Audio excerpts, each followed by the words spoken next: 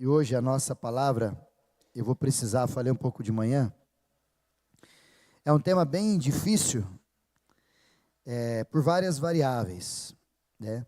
Uma variável importante que eu queria que você guardasse no seu coração, que é um tema difícil, porque pregar no Dia dos Pais é mais salutar, talvez seria para um pai. Como eu não sou pai, eu acabo tendo que ajustar alguns detalhes, algumas coisas, mas para mim também não é um dia tão agradável como eu gostaria que fosse. É um sonho meu, ó, quem está por perto de mim sabe disso.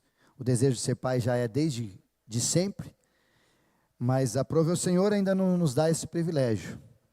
Se Ele vai nos dar, amém. Se Ele não nos der, amém também. A benção é que a gente precisa, como eu disse no início do culto, lidar com essas situações. E eu tinha orado bastante esses dias, falei, Senhor, preparar alguém para pregar? E tal, e todo mundo falou, não. E Deus falou, não, é você mesmo, você vai ter que fazer isso aí, vai ter que dar um jeito.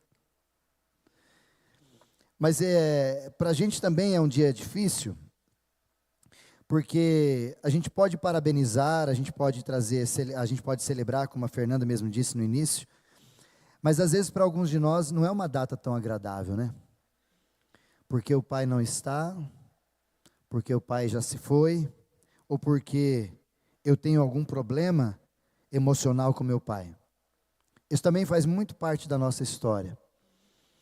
E como eu disse para vocês, a data de celebrar, ou a celebração do Dia dos Pais, ela é mais uma data comemorativa que foi colocada pelos Estados Unidos, a despeito de um jovem que queria homenagear o seu pai, que foi pai, depois que a sua esposa faleceu, de 7 filhos, e ele era um veterano de guerra. E ele queria homenagear o seu pai, então dali que surgiu o Dia dos Pais. Mas no Brasil ficou muito mais uma coisa comercial do que uma coisa para tratar e conversar de fato e de verdade.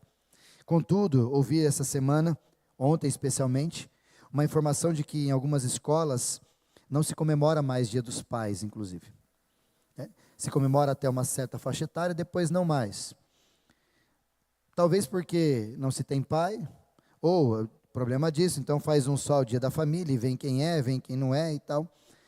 Com isso, nós estamos talvez fazendo algumas coisas que vão contra o processo da palavra de Deus. Porque o processo da palavra de Deus, ele mesmo, como a gente cantou, inclusive, foi ministrada pela Laurinha, ele mesmo se intitula um Deus Pai. E um Deus Pai que tem filhos. E quando a gente vai anulando essas estruturas de pai ou de mãe, nós estamos dizendo que nada dessas figuras são importantes mais. E qualquer coisa pode ocupar o espaço dessas figuras. Um tio pode ocupar espaço, um avô pode ocupar espaço. Não estou dizendo que eles, ocupando o espaço, fizeram errado, mas eu estou dizendo que às vezes nós não estamos entendendo a complexidade e a dificuldade que é você ter filhos órfãos. Isso é tão difícil para nós, falar sobre essa orfandade, e é o tema que eu quero tratar com a gente, porque cuidar de filhos não deve ser uma tarefa muito fácil, né? Digo não deve por não ter ainda, mas pela observação da vida dos queridos, não deve ser muito fácil ter filhos ou cuidar dos filhos nesse tempo presente. Não há uma receita de bolo, e alguns são bem-sucedidos em criar filhos, sim, mas alguns não são tão bem-sucedidos em criar filhos. Talvez você é filho de um pai não bem-sucedido, ou talvez você é filho, como eu, de um pai bem-sucedido. Na minha concepção, foi bem-sucedido como pai. E a Bíblia, ela é recheada dessas pessoas que foram bem-sucedidas e de homens que não foram bem-sucedidos como pais. Por isso que a Bíblia é um livro formidável, que ao lê-lo, ao encontrar com ele nas Sagradas Escrituras, a leitura espiritual, você começa a perceber que ela não esconde, ela mostra a realidade de quem nós somos. E eu me lembro de um pai bem-sucedido, que é o próprio pai de Jesus, José. Bem-sucedido. Foi implacável em ser o pai do Filho de Deus. Ao mesmo tempo que você também percebe o primeiro pai, Adão, não foi muito bem-sucedido, até porque um dos seus filhos matou o outro irmão. Isso dá-nos sinal de que ele não foi muito bem sucedido, sim ou não? Samuel, um outro também, que também não foi muito bem sucedido, fracassou. Rei Ezequias fracassou com seus filhos. Davi, um outro personagem que não foi um pai bem sucedido, que também houve morte dentro do seu próprio lar de um filho matando o outro, os dois irmãos matando um ao outro. E a pergunta que a gente vai fazer por vários momentos aqui é: qual caminho hoje, pai, você se encontra? Em ser um pai bem-sucedido no que você fez com a sua família, ou talvez num pai mal-sucedido? Em qual desses trechos você se encaixa? Em qual desses lados você apareia? É fato que, por causa disso, nem todos hoje desejam ser pais mais. Infelizmente, aqui vai um desafio bem preciso para o teu coração. Por causa da paternidade de muitos pais, muitos filhos não querem mais ser pai. Por causa da maternidade de muitas mães, muitos filhos não querem ser mães. Talvez por causa do conjunto de família que nós temos, muitos filhos não querem casar, não querem ter família, não querem ter nada. E aí a gente se pergunta: pastor, mas como, da onde vem isso? Talvez venha das crises que as famílias estão enfrentando. Apontei algumas delas aqui, quero compartilhar com você. A primeira crise que as famílias estão enfrentando é a transformação dos modelos familiares. Hoje nós não temos mais aquele modelo só o tradicional, mas isso acabou cedendo lugar e hoje nós temos monoparentes, nós temos reconstruções de parentescos, nós temos homoafetividade, ou seja, nós temos várias formas de ser pai e mãe ou de ser família. Uma segunda crise que está assolando as nossas famílias também é a chamada violência doméstica. Obrigado, Luiz. Hoje, no Brasil, inclusive, intensificou a violência, ela está estruturada em nossas famílias, quer seja violência sexual, violência biológica, violência a partir de negligência, enfim, violência doméstica, a gente vê para todo lado. Inclusive, na cidade de São Manuel, acabamos de ver de denunciar uma violência aí, de um homem de Deus violentando uma pessoa na base da agressão, né? Não sabemos como é, não é, mas estão dizendo e burbulhos por aí. Quero ver o que vai acontecer na academia, hora que eu chegar amanhã lá. Pastor, você bate lá na sua igreja também? Eu falei: não, irmão, aqui nós não bate não, aqui nós ora primeiro, mas se der trabalho, nós não bate, nós dá aquele batalhão, né? Nós não bate. Brincadeiras à parte, outras crises que estão acontecendo nas nossas famílias é a individualização. Hoje não se tem mais o conjunto, o estar com a gente. Hoje o egoísmo impera, não desejamos mais as outras pessoas, estamos cada vez mais desejando a nossa liberdade, a nossa própria liberdade. As pessoas às vezes, inclusive uma pessoa uma vez respondeu a um comentário, uma pergunta de uma pessoa, ela disse que ela não quer ter filho porque ela não quer perder a sua individualidade livre. O egoísmo, cada vez mais dentro de nós. Uma quarta crise que acomete as nossas famílias no tempo presente é a autoridade parental. Hoje nós não temos mais pais que colocam limites nos seus filhos. Os papéis parece que estão cada vez mais distorcidos. E esses papéis distorcidos a respeito dos pais acabam tendo resultados horríveis, como inclusive uma adolescência estendida, onde os pais, ao invés de se tornarem pais dos seus filhos, eles se tornam mais amigos do que pais. E às vezes os filhos, como não têm estrutura de maturidade para perceber isso, eles vão confundir e vão se perder, e a gente vai achar que a culpa é dos filhos. Pai é pai, antes de ser filho, antes de ser amigo do seu filho. E outra situação que está acontecendo com as crises na nossa família é a fragmentação da educação familiar. Essa crise é muito comum porque a escola educa, a família educa, as mídias educam e as igrejas educam. Todo mundo está educando seu filho. Cada tempo ele passa na mão de alguém. E o duro que você há de convir comigo, que a maioria das pessoas que passam tempo educando os nossos filhos é a escola e a mídia. Se você fizer um cálculo real e bem honesto com seus filhos, o tempo que ele passa com as redes sociais na mão, um feed, um filme, alguma coisa nas telas, e o tempo que ele passa nas escolas somando isso, atrevo-me a dizer, o que você passa com ele deve dar média de 10 a 15% disso. Esses dias eu conversando com uma pessoa, e tenho que dizer isso para ti, para você entender as situações, mas eu perguntei para ela, falei, poxa, mas será que isso aqui não faz mal? Criança de 1 ano e pouco, não tinha 1 ano e meio, uma tela. Aí ela disse para mim assim, não, pastor, mas é que só assim que se acalma. Falei, verdade, é que você não sabe porque você não é pai ainda. Jogou na minha cara que eu faria do mesmo jeito porque eu não tenho filho. Se eu tivesse, eu ia fazer do mesmo jeito. Aí eu respondi para a pessoa, eu falei, eu acho que por eu não ser pai não quer dizer muita coisa. Eu conheço muitos pais que não fazem isso com seus filhos e os seus filhos vivem com melhor obediência do que o seu. Então não é porque você não aguenta que você vai jogar a culpa no celular e no seu pastor porque ele não tem pai, ou porque ele não é pai. E eu disse uma palavra bem dura para ele, eu disse, não seja covarde em jogar a sua responsabilidade para os outros. Assume que você não quer passar tempo com seu filho, e é mais confortável você dar um celular para ele. Não é assim que a gente se vê de vez em quando, irmãos? Por isso que pregar no Dia dos Pais é difícil, ao mesmo tempo, mas é desafiador. Mas o último desafio que a crise familiar está cada vez mais aparecendo, é a crise da orfandade. Pais cada vez mais abandonando seus filhos, filhos vivendo esse abandono dos pais, e filhos órfãos de pais vivos. Isso é o que nós mais temos. Filhos órfãos de pais vivos.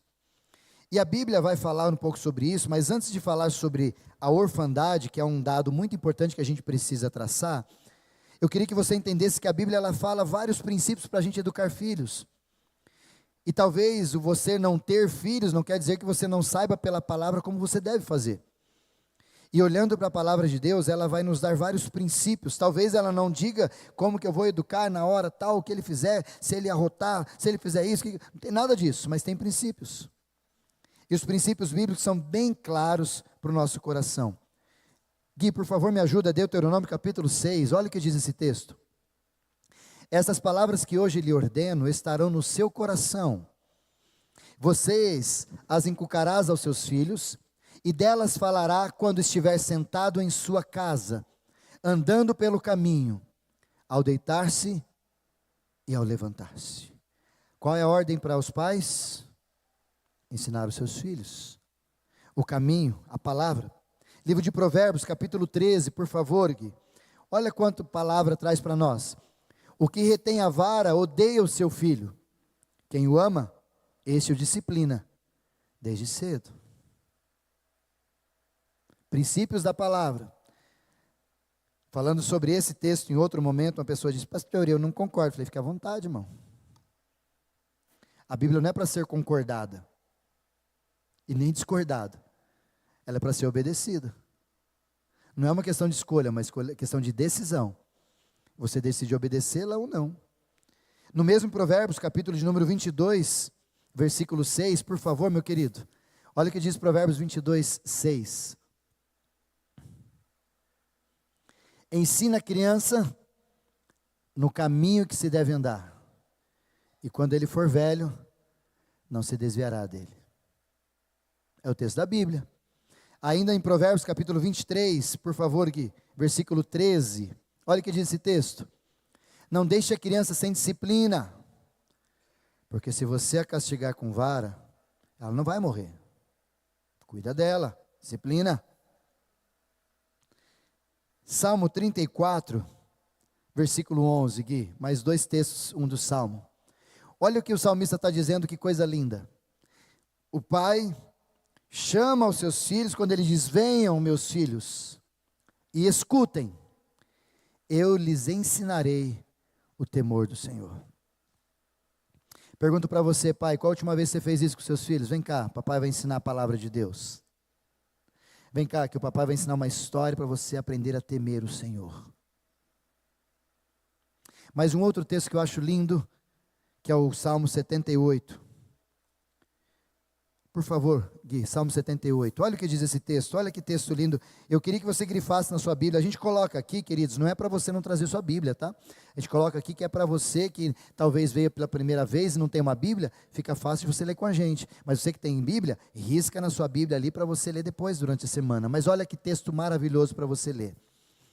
Meu povo, escute a minha lei e dê ouvidos às palavras da minha boca. Abrirei os meus lábios para proferir parábolas e publicarei enigmas dos tempos antigos. Deus falando o que ia fazer. O que ouvimos e aprendemos, o que os nossos pais nos contaram, não o encobriremos aos seus filhos. Contaremos à geração vindoura os louvores do Senhor e o seu poder e as maravilhas que Ele fez. Ele estabeleceu testemunho em Jacó, instituiu uma lei em Israel e ordenou aos nossos pais que as transmitissem aos seus filhos. A fim de quê? A fim de que a nova geração o conhecesse. A fim de que os filhos que ainda hão de nascer se levantassem e, por sua vez, os contassem aos seus descendentes, de geração em geração. Para quê? Para que pusessem a sua confiança em Deus e nunca se esqueçam dos seus feitos ou dos feitos de Deus nessa versão, mas lhe observassem os mandamentos. E por fim, versículo 8, e que não fossem, presta atenção nesse texto, e que não fossem como os seus pais, como os nossos pais, os anteriores, que era uma geração obstinada e rebelde, geração de coração inconstante, e cujo espírito não foi fiel a Deus. O que o texto está dizendo para a gente, nesse específico capítulo 78 de Salmo, é que a proposta da gente passar de geração em geração a palavra de Deus é responsabilidade dos pais. É responsabilidade dos pais fazerem com que os filhos continuem e mantenham-se no caminho do Senhor, se é que um dia você esteve no caminho do Senhor. O problema é que a gente acredita que essa responsabilidade, ela é do pastor, ou ela é da igreja, ou ela é de algum ministério, mas não é e nunca será o ministério da qual uma criança será conduzida aos caminhos do Senhor, é pelos pais. Não existe outro jeito, irmão.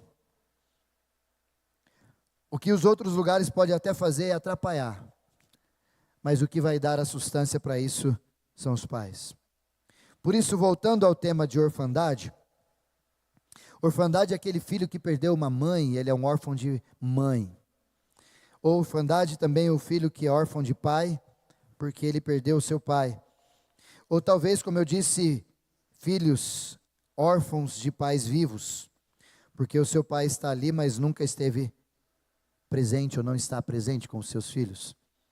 E a gente percebe que a orfandade, ela se tornou cada vez mais clara e evidente para nós, nas redes sociais inclusive, depois da pandemia.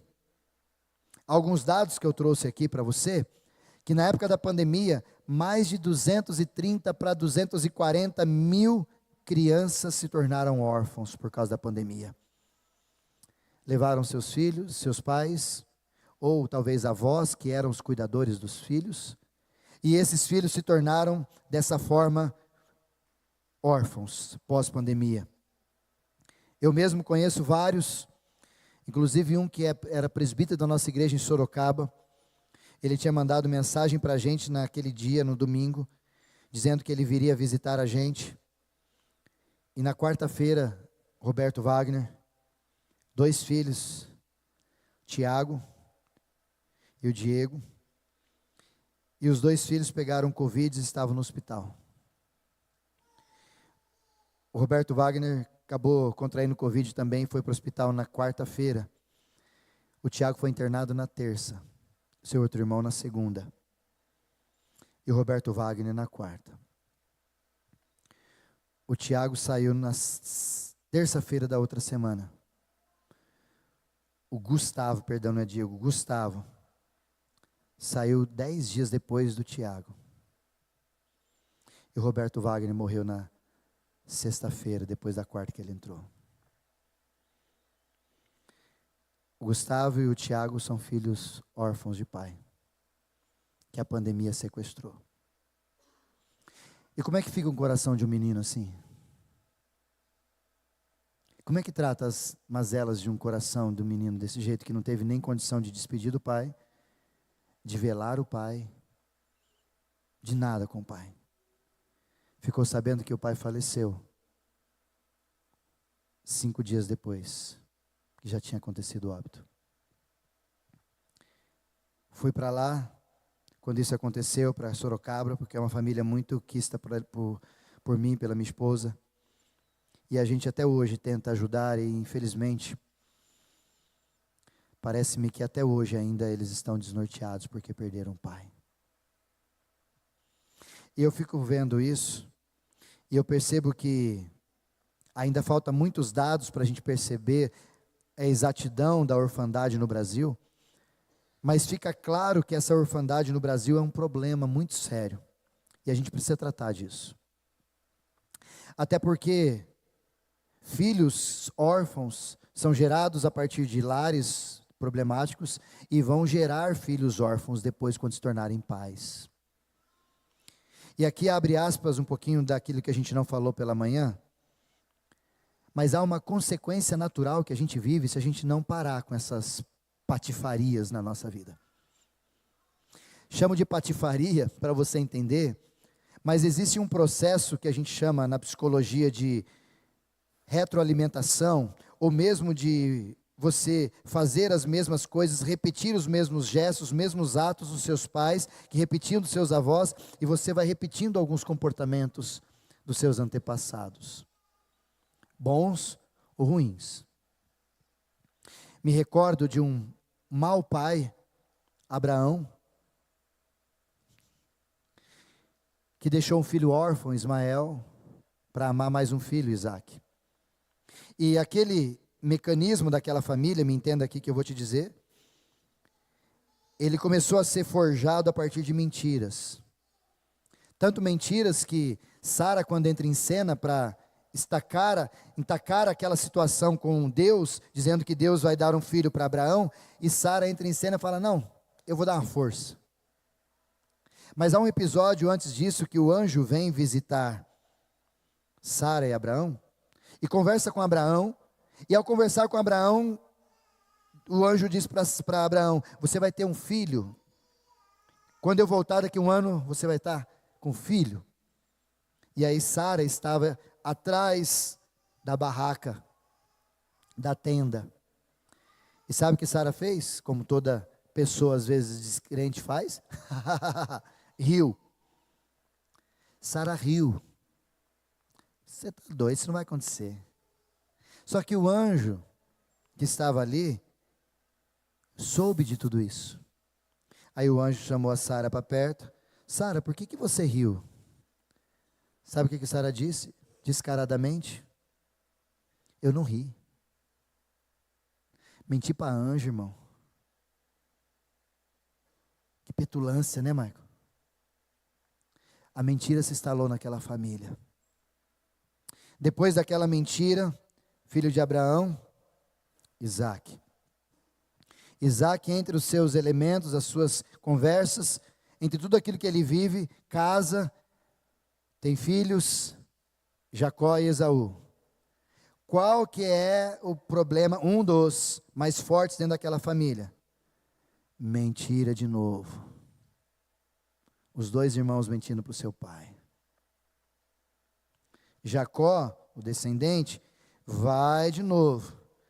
Só mentira com o seu irmão, mentira depois com a sua família. E mente para lá e mente para cá. Quem que é filho de Jacó? Os 12. Um deles, José. Eles pegam José, que era o preferido de Jacó. Esse é o melhor, é que a gente gosta, mas Jacó gostava, mas os irmãos não. Vendem José. Lembra disso? Estão comigo aqui no texto? Venderam José. Aí chegaram para o seu pai e falaram o quê? A verdade? Mentira. Pelo menos 3 gerações viveram com a mentira, um reproduzindo de novo e trazendo para o outro e trazendo para o outro. Se um miserável não para esse negócio, o negócio vai embora por muitas e muitas gerações. Chega em José, o próximo da geração, e o último daquela geração dos patriarcas, Abraão, Isaque e Jacó. Fecha em José do Egito. José é o único que outro dia a gente vai falar mais especificamente disso. Para tratar José, para que a família dele não vivesse as mesmas, entenda o que eu vou te dizer, maldições que todas as outras famílias trouxeram como comportamento, Deus tem que tirar José dali. José vai para o Egito, vive na casa de Potifar, vive na cadeia, em todos os lugares, mas aquilo que tinha lá como raiz da mentira, nunca perturbou José.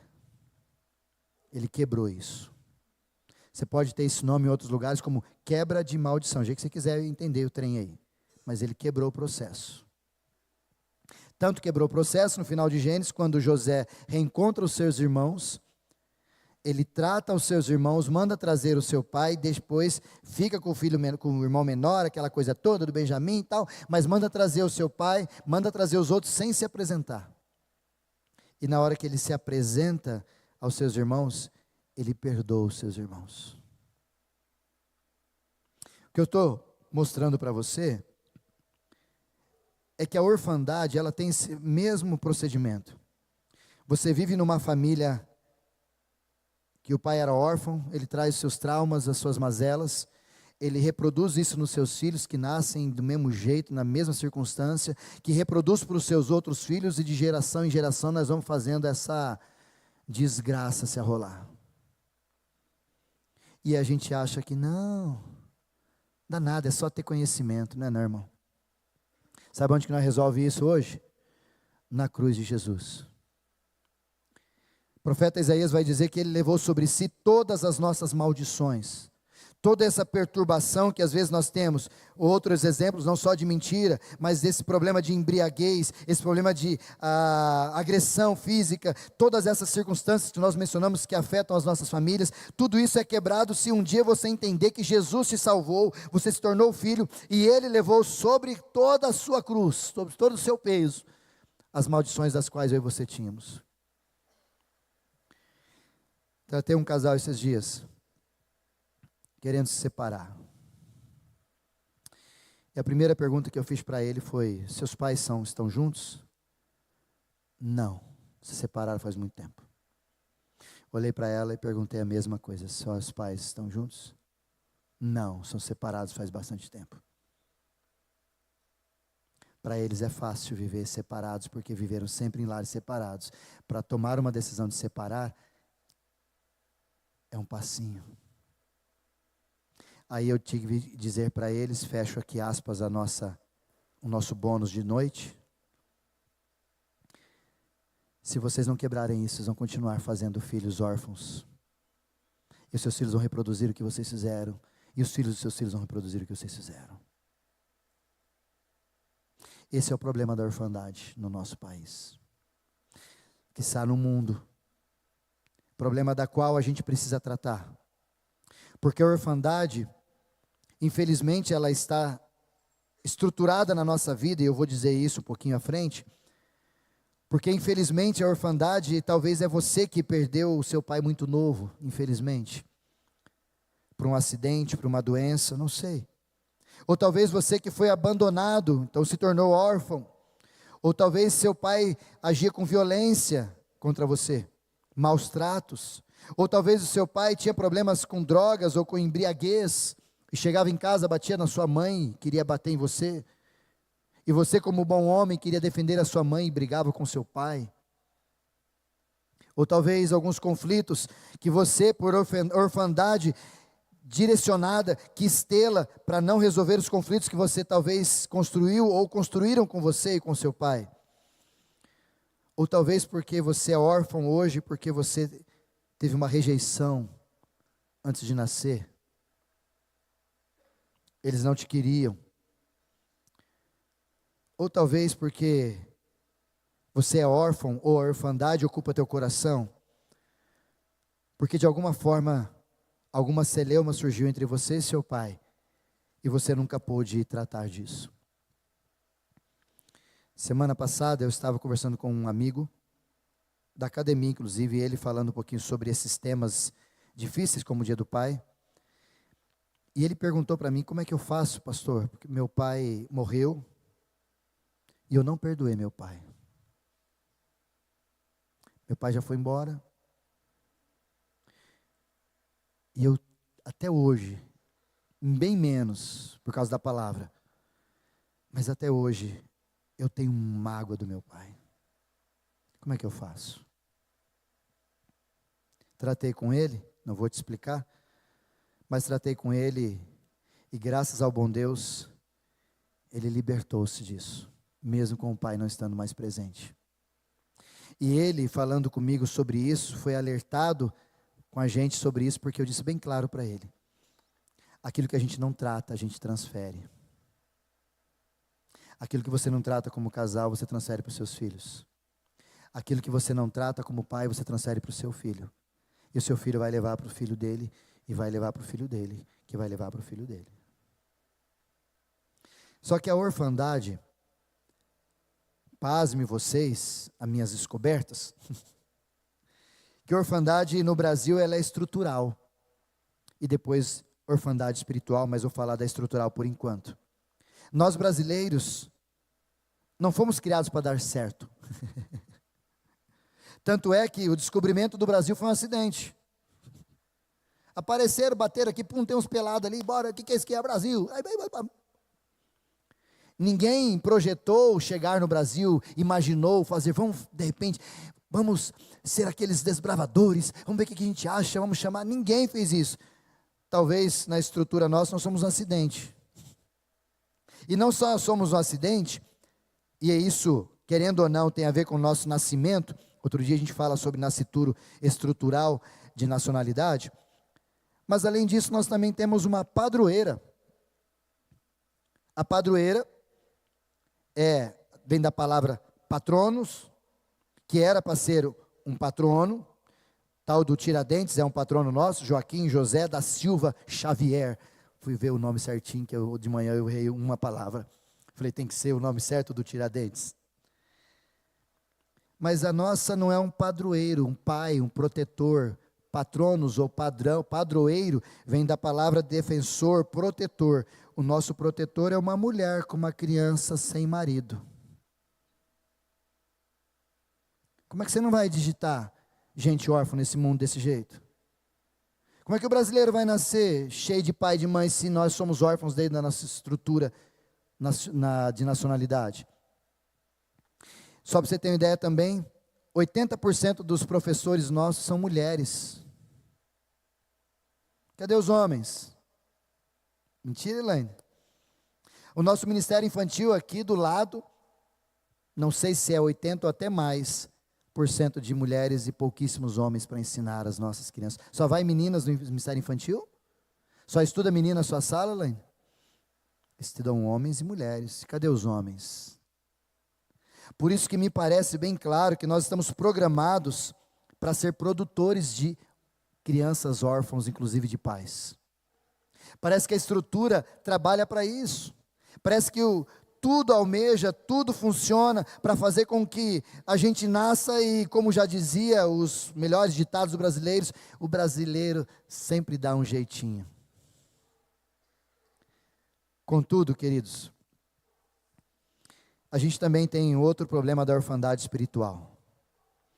E essa orfandade espiritual, ela tem a ver com a Bíblia, que eu quero te chamar a narrativa bíblica, talvez você precise ficar comigo um pouco mais agora, porque essa orfandade, ela também é espiritual.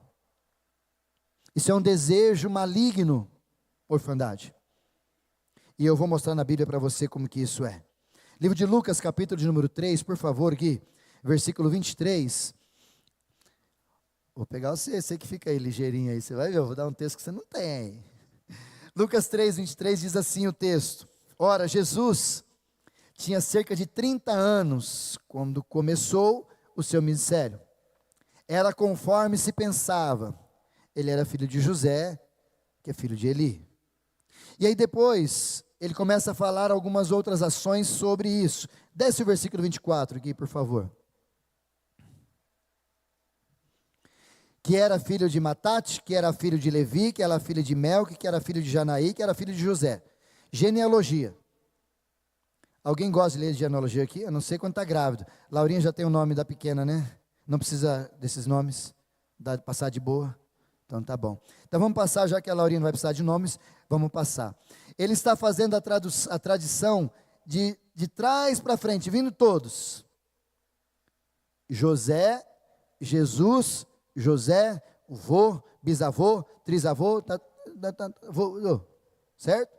Até chegar lá nos que passaram mais de 14 gerações, filho de Cainã, filho de Arfaxade, filho de Sem, filho de Noé. Opa, chegamos em Noé, todo mundo conhece Noé, Arca de Noé, beleza, chegamos em Noé, bem para trás em Gênesis aqui, que era filho de Lameque, que também é filho de Metusalém, que não é Matusalém, é Metusalém, outro personagem, que é filho de Enoque, que é filho de Jared, que é filho de Malalel, que é filho de Cainã. E esse filho de Cainã, quem que é? Filho de Enos, que também é filho de Sete, e esse filho de Sete que é filho de Adão. Por que nós chegamos até aí? Porque quando ele vai falar de Adão, ele fala que é quem? Adão é o quê? Filho de Deus. Ele não fala que é filho de Adão, e Adão, um homem criado por Deus.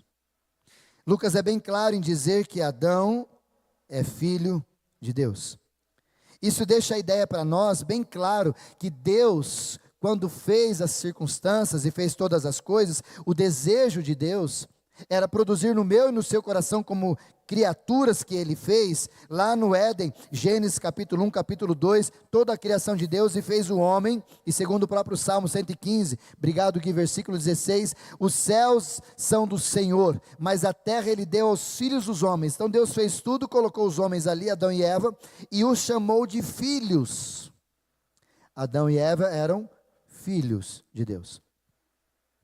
Mas aí apareceu, como você sabe muito bem, no capítulo 3, a narrativa é bem clara, que a partir dessa ação deles terem sido chamados de filhos, o pecado no capítulo 3 de Gênesis começou a fazer besteira no meio da sociedade.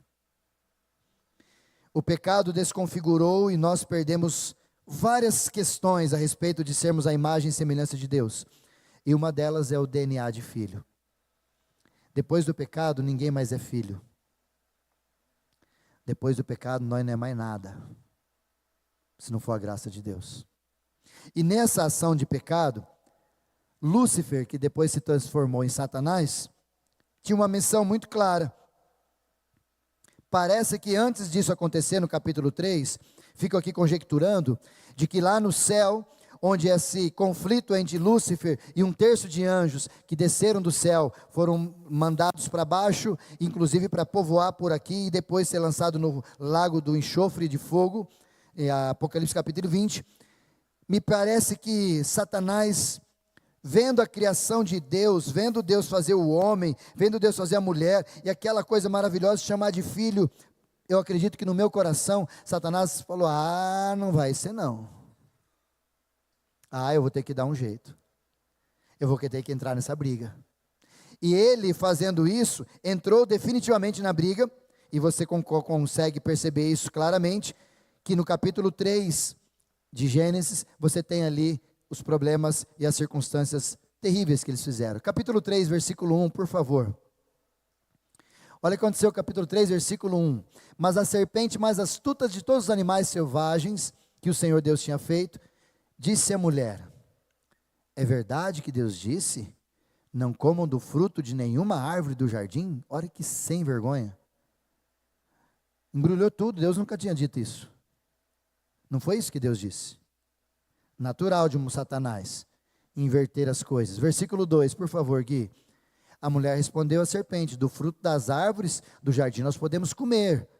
Pode passar. Mas o fruto da árvore que está no meio do jardim, Deus disse, vocês não devem comer e nem tocar nele, para que não venham a morrer. Aí a serpente, astuta que é, olha o que ela responde no versículo 4, Gui, por favor. Então a serpente disse à mulher, é certo que vocês não morrerão.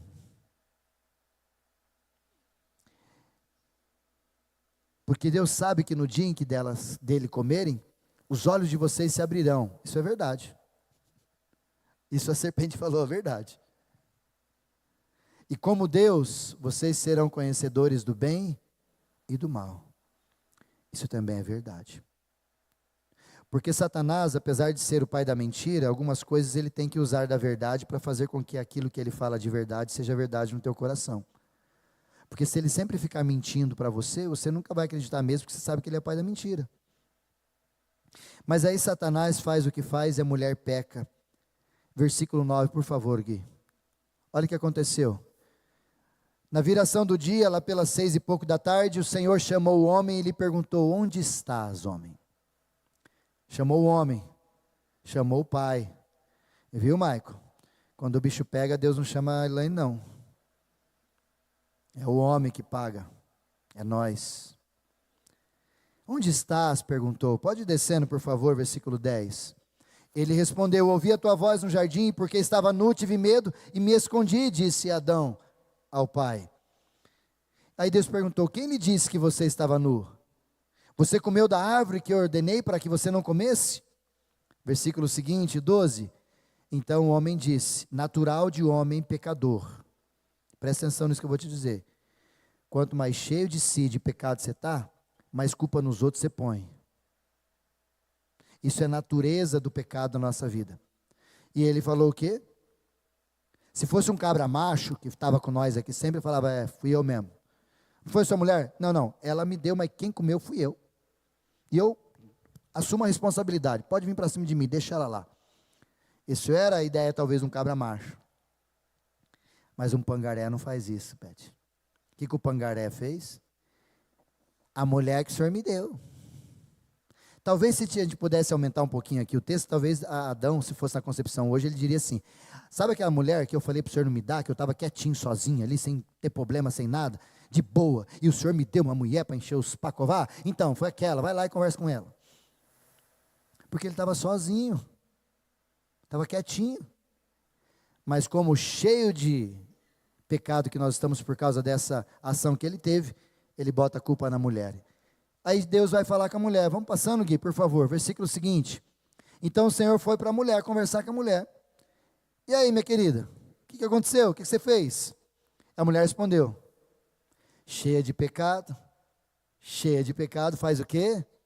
Transfere responsabilidade e culpa os outros. O que ela fez? A culpa é do meu marido? Não dá, porque a culpa não foi dele. Quem que é a culpa? Da serpente. Então, por isso, irmãozinho, quando você começar a culpar os outros na sua responsabilidade, tu tá com pecadão, hein? Tu tá pesado, hein? Mas continua o texto. Deus olhou e falou: beleza. Então o Senhor foi para a serpente, que é o que sobrava, né? Não tinha mais ninguém para ir, estava todo mundo colocando culpa em alguém. Em quem que a serpente ia colocar culpa? Ninguém. Ela é o final da história. Então, Deus nem perguntou para ela. Deus já disse para ela: por causa do que você fez, você é maldita entre todos os animais domésticos e entre todos os animais selvagens. Você rastejará sobre o seu ventre, comerá pó todos os dias da sua vida. A gente já falou sobre esse texto. Mas olha o versículo seguinte, por favor, Gui.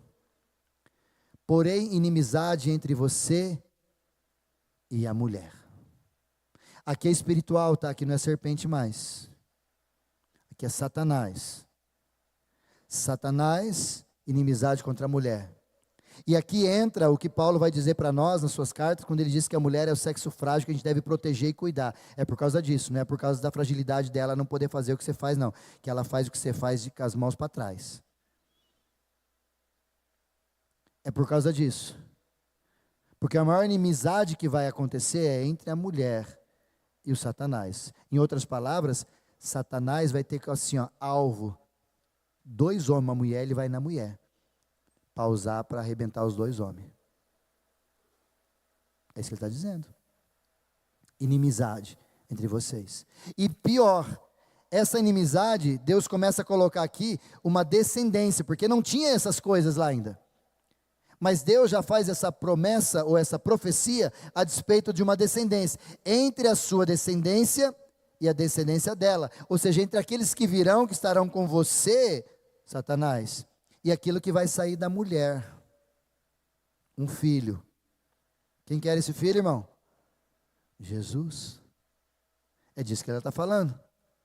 Aqui já está prefigurado a presença de Jesus. E o que esse Jesus vai fazer, que veio da mulher, da descendência, este Jesus, esse filho, esse homem, lhe ferirá a cabeça, e você lhe ferirá o calcanhar.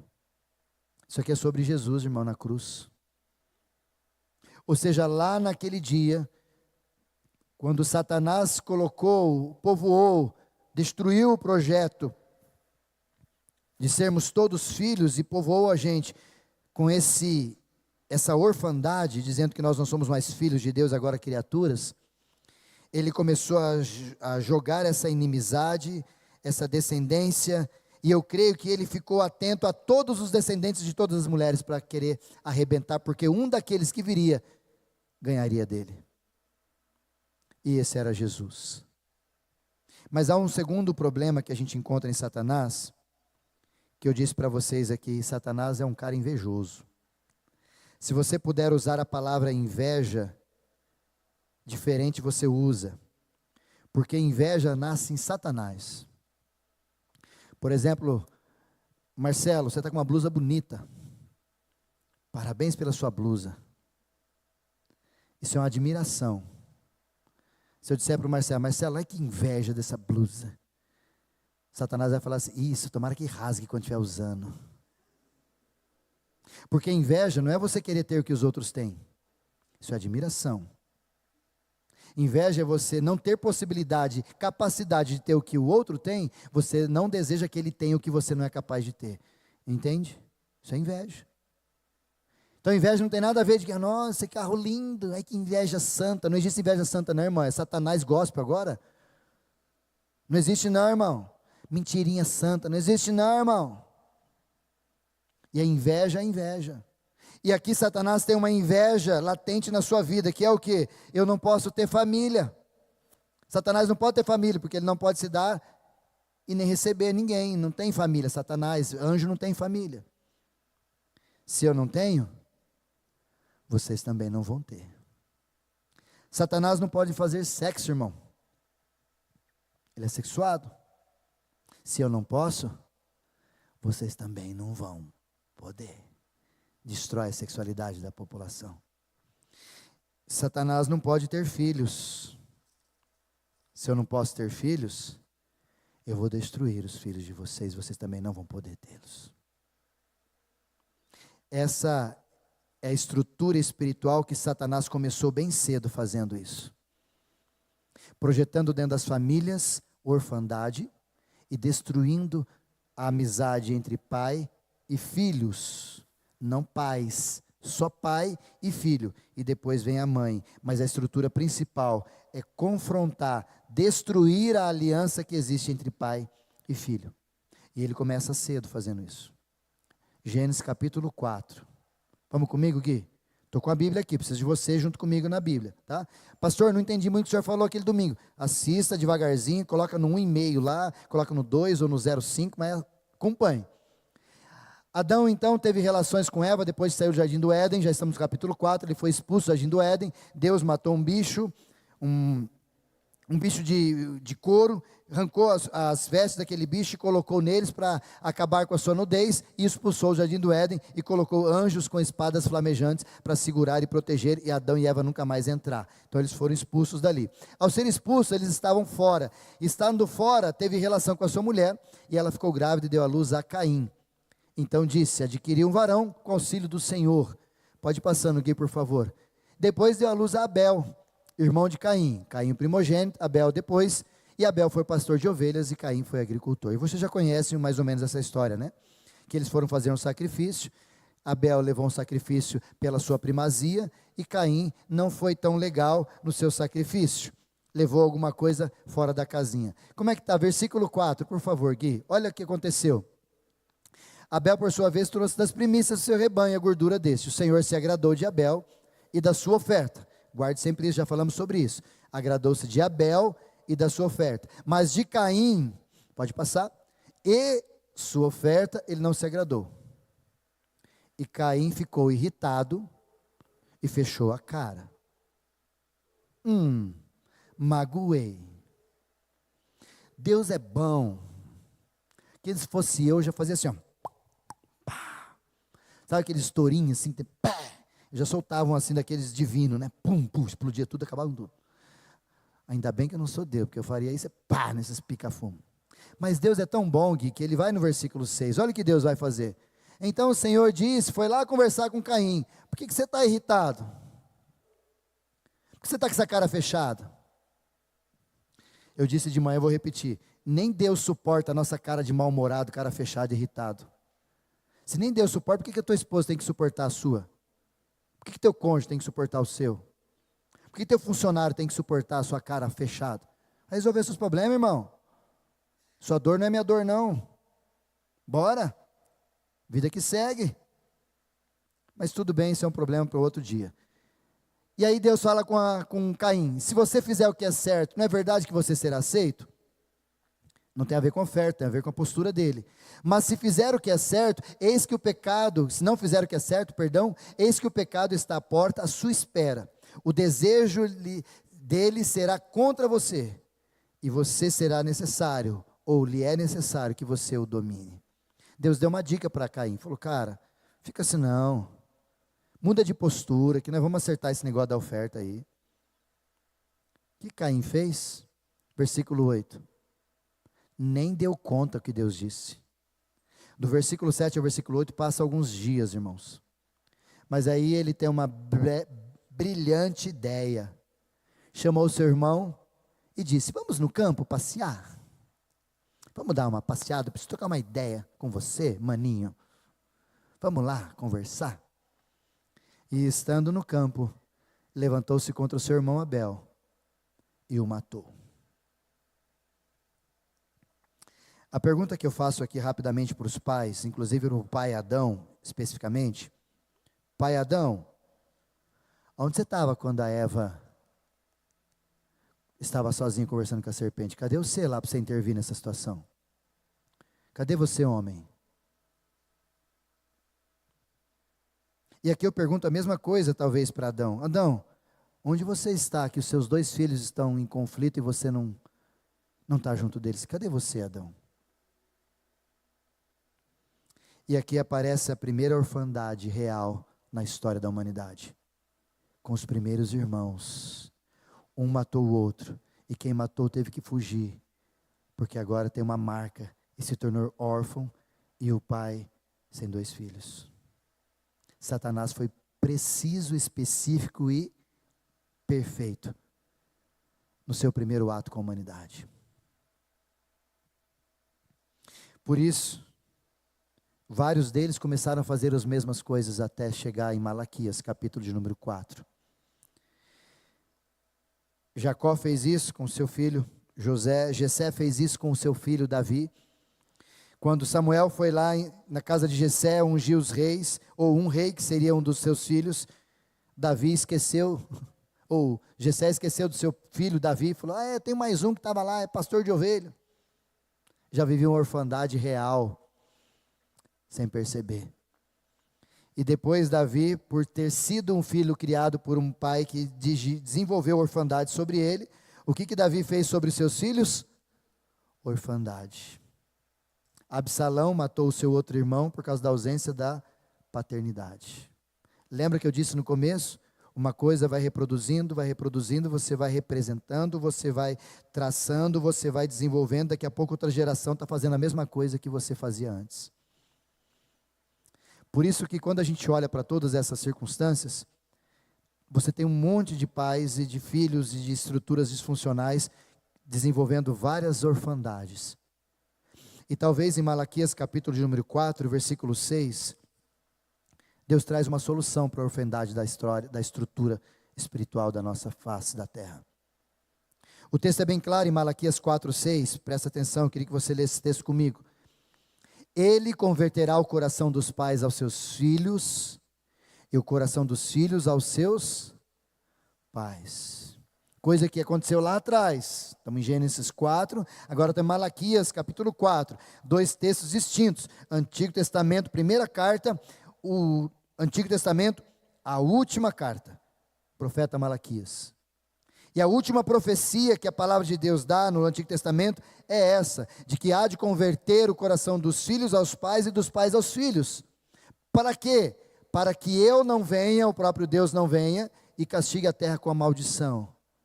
Que tipo de ação é essa? Esse é o estupim da qual está ali acontecendo, onde a orfandade precisa ser eliminada e restaurada à paternidade. É isso que Deus está dizendo ali. Ele quer tirar essa orfandade de uma vez por todas e produzir na vida da sociedade humana a paternidade. E essa paternidade, ela é tão clara no texto que ela é repetida em Lucas capítulo 1, por favor, meu querido, versículo 11. Olha que Lucas 1:11 vai dizer sobre João Batista: e eis que apareceu Zacarias, um anjo do Senhor, a Zacarias, um anjo do Senhor de pé, à direita no altar do incenso. Pode ir descendo. E ao vê-lo, Zacarias ficou assustado e o temor se apoderou dele. Pode ir descendo, meu querido. E o anjo, porém, lhe disse: não tenha medo, Zacarias, porque a sua oração foi ouvida. Isabel, sua esposa, dará à luz a um filho, a quem você dará o nome de João, famoso João Batista. Você ficará alegre e feliz, e muitos ficarão contentes com o nascimento dele. Presta atenção agora para frente, queridos. Pois ele será grande diante do Senhor. Não beberá vinho, nem bebida forte, será cheio do Espírito Santo, já desde o ventre materno. Segura o texto. Próxima vez que você conversar com alguém que é a favor do aborto, manda ler esse texto. A hora que você estiver em dúvida se você é a favor ou não, lê esse texto. Desde o ventre, Deus já agia sobre. Podia trazer mais uns 15, 20 textos aqui para confrontar você biblicamente sobre isso. Mas só isso aí já dá para você entender que lá no ventre, Deus já estava agindo a despeito daquela criança. Então, quando você tem um conceito de abortismo, ou ser um abortista, você está matando alguém que tinha Deus dentro dele. Mas vamos continuar, não é o momento só para você guardar. Versículo 16. Ele converterá muitos dos filhos de Israel ao Senhor Deus. Mas olha isso, continua. Ele irá diante do Senhor no espírito e no poder de Elias, guarda essa palavra, para converter o coração dos pais aos filhos, lembra lá de Malaquias? E converter os desobedientes à prudência dos justos e habilitar para o Senhor um povo preparado. Há uma palavra forte que eu disse no início aqui, que é sobre esse tal de Elias. Converter o coração dos pais aos filhos no espírito e poder de Elias. Se você sabe, conhece um pouco da Bíblia, você sabe quem é Elias, o profeta Elias. Segundo a história do povo judeu, era o profeta mais benquisto entre os profetas. Tanto que na transfiguração de Jesus, acontece lá e Pedro vê tudo isso, está de um lado Moisés e do outro lado Elias, representando os profetas, representando as leis. Então, o profeta mais importante para o povo judeu, Elias. E por que o Espírito no poder de Elias? O que o autor está dizendo para nós é que Elias, ou a ideia, ou a intimidade, a ação e aquilo que Elias fez, seria o ingrediente perfeito para converter o coração dos pais aos filhos e os filhos aos pais. E eu preciso dizer por quê. Porque Elias, como profeta, e você sabe disso, ele operou 7 milagres. E Elias teve um filho espiritual, chamado Eliseu. E esse filho espiritual dele operou 14 milagres. Porque quando ele foi terminar o seu ministério, Eliseu pediu a capa, aquela coisa toda da conversa que eles têm lá. E ao finalizar ele disse: o que eu queria é a porção dobrada do que você fez. Então, na história dos profetas, o único que conseguiu ter um filho espiritual foi Elias. E era esse o espírito que Deus queria que nós tivéssemos para converter o coração dos pais aos filhos. E sabe como que você entende isso de forma clara? Os filhos serem melhores que os pais. Jesus falou isso para a gente.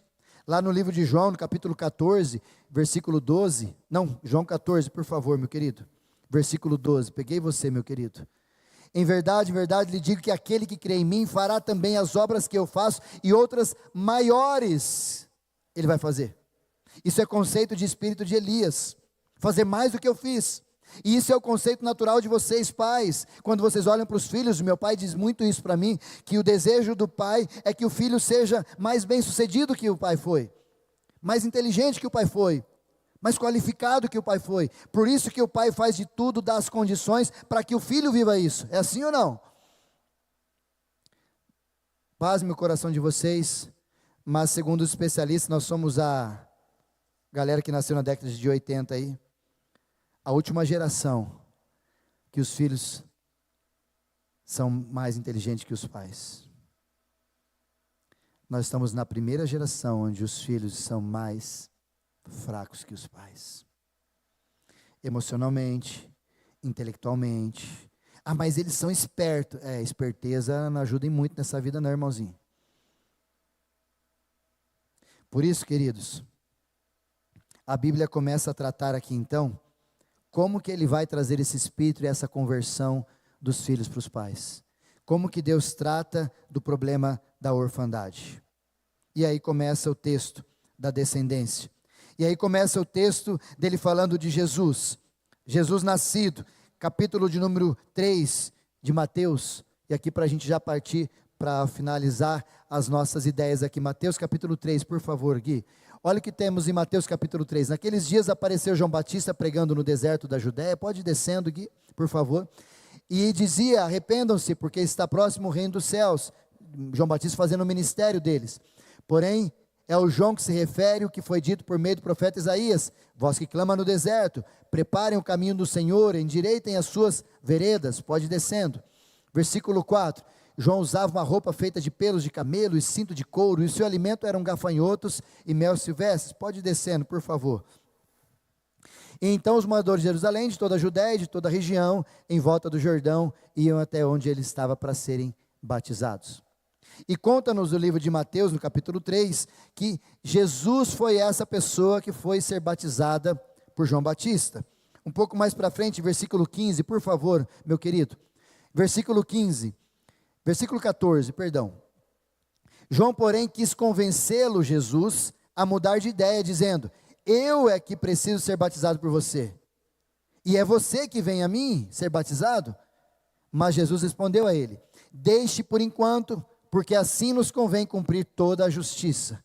Então ele concordou. Versículo 16.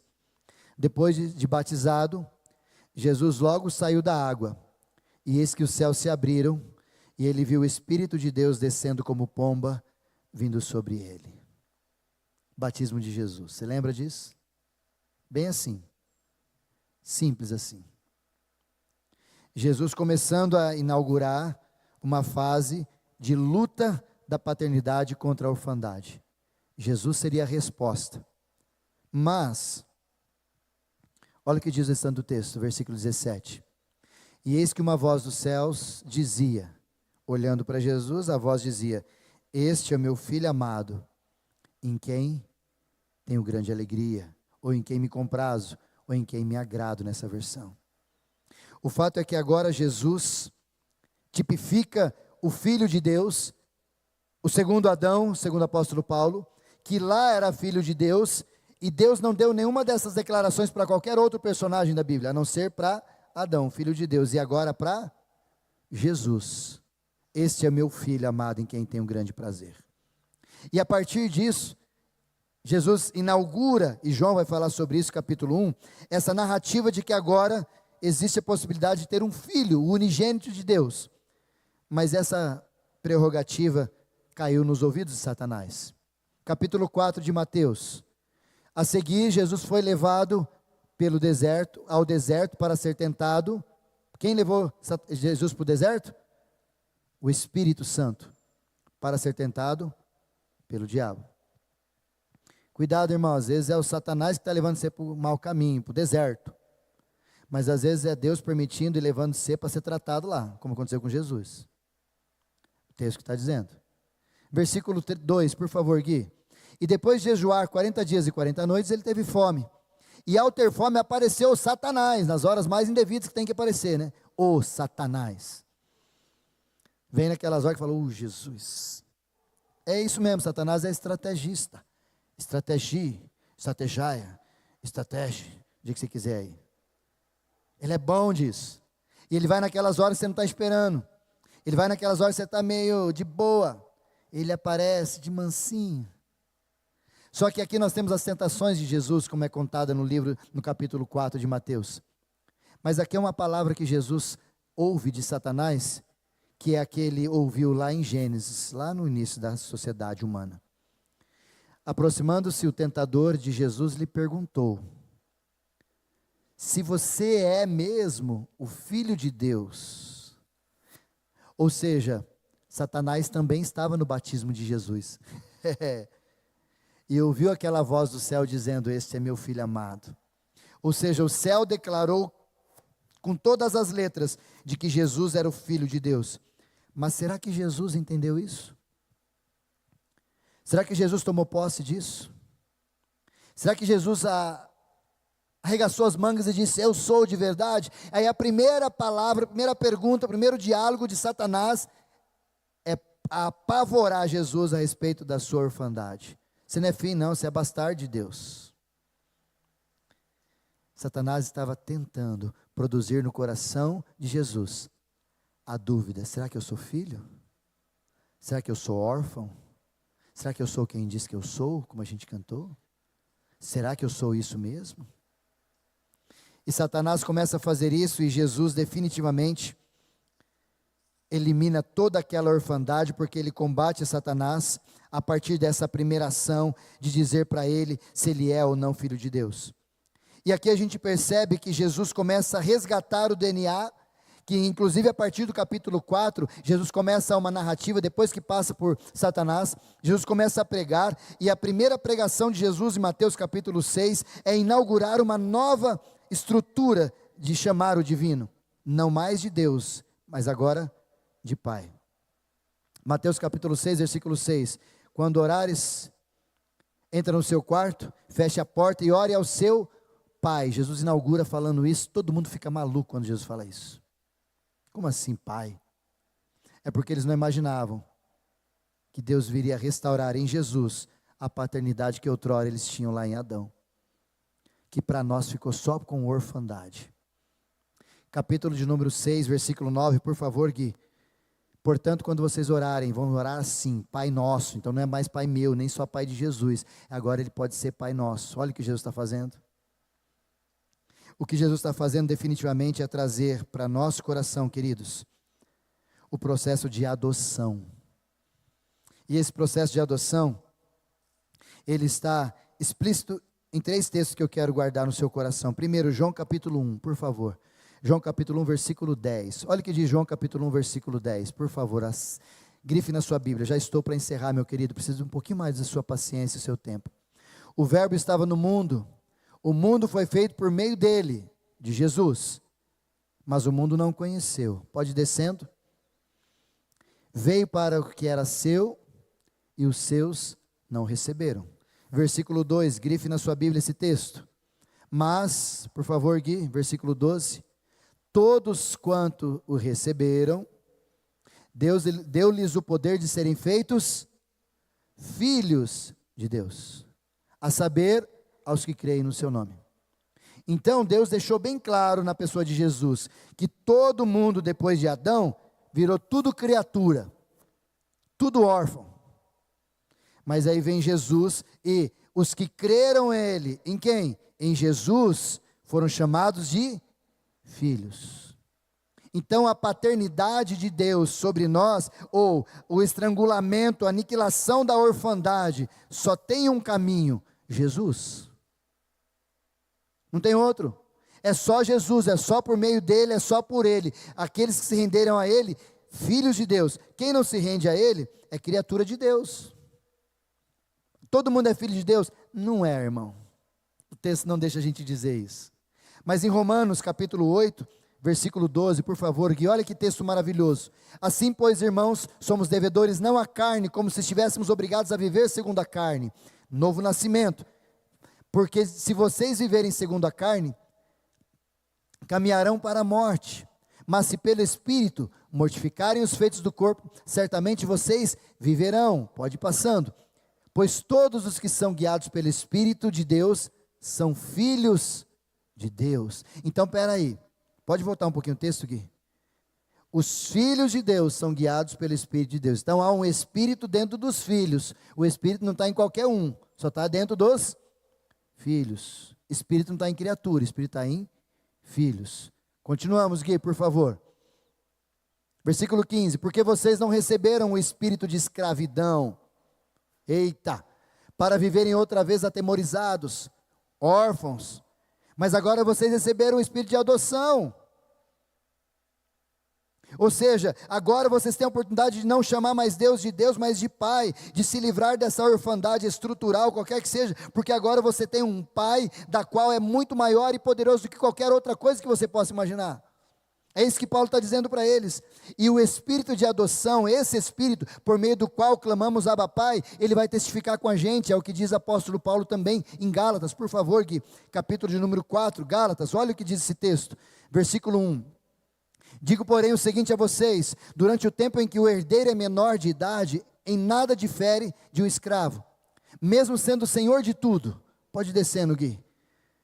Mas está sobre tutores e curadores até o tempo pré-determinado pelo Pai. Contudo, também nós, quando éramos menores, estávamos escravizados nos rudimentos desse mundo. Pode ir passando.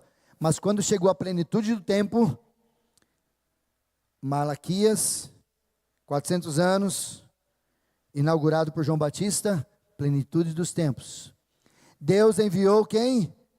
Seu Filho, Jesus, porque Deus amou o mundo de tal maneira que deu seu Filho. Para quê? Nascido de quem? De mulher. Lembra lá de Gênesis 3,15? Que nascido da mulher a descendência viria? Está aqui a resposta, nascido de mulher. Jesus, nascido sobre a lei, passou por todas as regras que precisa passar. Versículo seguinte, Gui. Para resgatar o que estavam sobre a lei, a fim de que recebêssemos a adoção de filhos. Ele veio quebrar esse negócio de orfandade. Versículo seguinte, Gui, por favor. E porque agora vocês são filhos, Deus enviou para vocês o Espírito do seu Filho ao nosso coração. E esse Espírito novo que está dentro de mim, junto com o meu Espírito, clama Abba Pai, que quer dizer Paizinho querido. Em outra tradução, para você deixar bem claro isso no seu coração, querido, a resposta para a orfandade é Jesus, quando Ele habita em mim e em você, e nos faz entender que agora nós somos uma nova pessoa, e não uma nova criatura. E para eu finalizar, a sua orfandade, talvez possa estar produzindo em você indisciplina, resistência, falta de direção, insegurança, dependência dos outros, descrença em si mesmo, e todos esses males que talvez os seus pais criaram em você, ou mesmo a vida produziu em você, eu tenho que te dizer isso, mas essa orfandade só vai ser tratada quando você encontrar com o Pai de verdade. Quando você entender que a paternidade do céu veio para te restaurar. Quando você entender que a paternidade do céu veio para resolver o problema da orfandade da terra. O céu tentando se alinhar, se ajustar e fazer com que a gente perceba que Deus nos fez para ser filhos desde a primeira vez que criou o ser humano. Portanto, por que você deveria se render à paternidade de Deus? Porque quando Ele, na sua paternidade, nos enxerga, Ele resgata a nossa identidade. Quem é você? Quem é você? A segunda coisa que a paternidade nos faz é restaurar o que foi perdido. Sabe aquilo que a gente está transferindo para os nossos filhos, os nossos descendentes? É porque a gente se perdeu no meio da história e Jesus vem para quebrar todo esse ciclo e falar, agora nós vamos construir uma nova história. A paternidade é para a gente também assumir responsabilidade de filho. E responsabilidade de filho é diferente de responsabilidade de escravo. Porque responsabilidade de filho, como diz o texto de Gálatas, ele é filho, ele sabe que ele tem uma herança. Escravo nunca vai ter herança. E a gente tem que assumir a responsabilidade de filho, quem nós somos. Mas também, por ele ser filho, ele tem herança, coisa que escravo não tem. Há algumas bênçãos que Deus tem que são para os filhos, que não são para todos. Mas eu finalizo te chamando a atenção para lhe perguntar, querido. O céu sabe que você é filho, mas você se identifica como filho? Você sabe que você é filho de Deus? Ou você vive como bastardo, como órfão, como alguém que acha que Deus não se preocupa com você, desesperado porque não sabe o que vai acontecer? Criança não tem esse problema não, querido.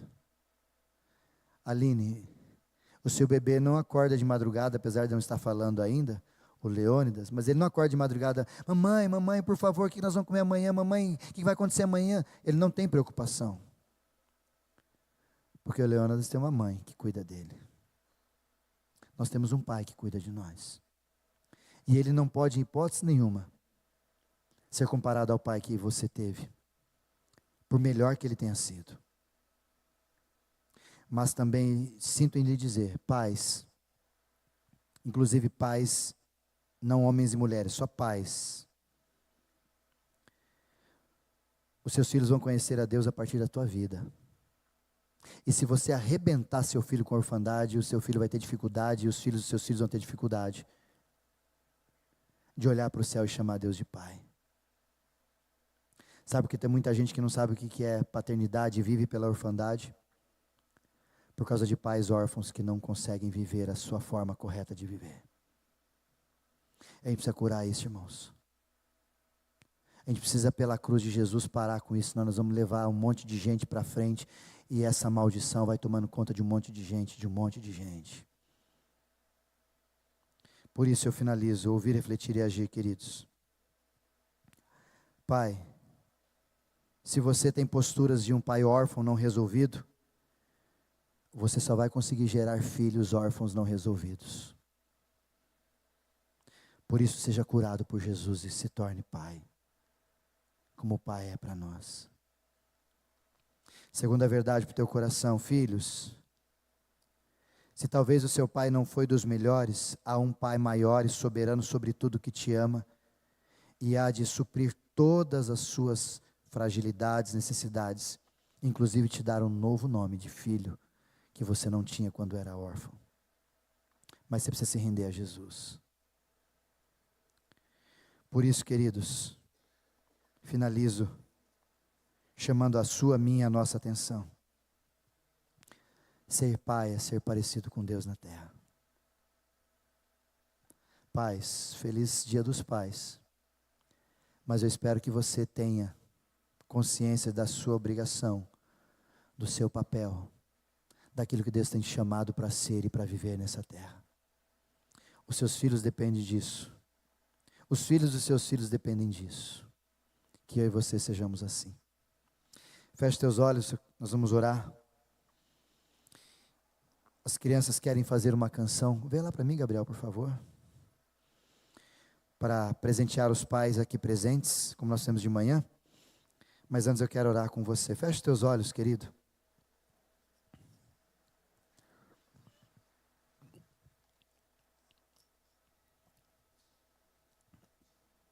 Pai querido,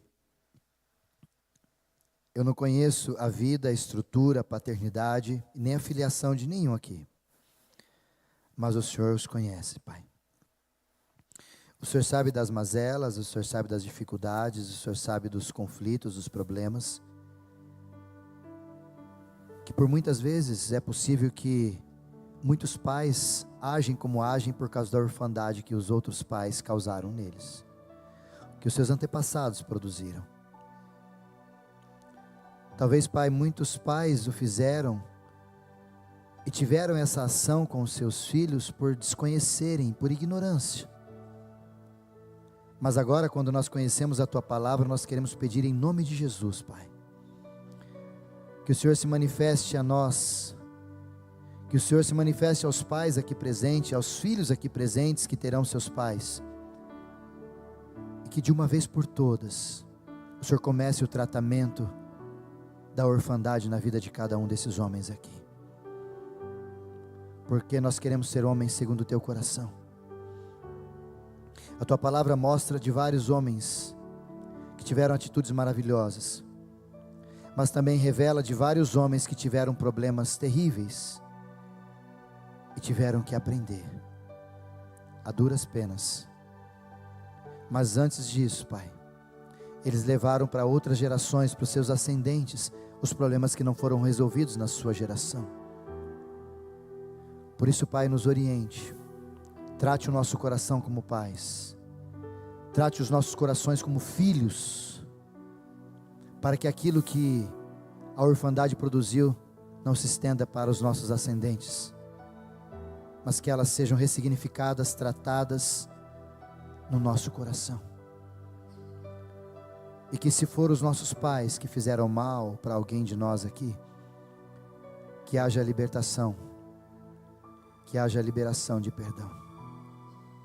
Para a tua glória nós oramos em nome de Jesus. Amém, Pai.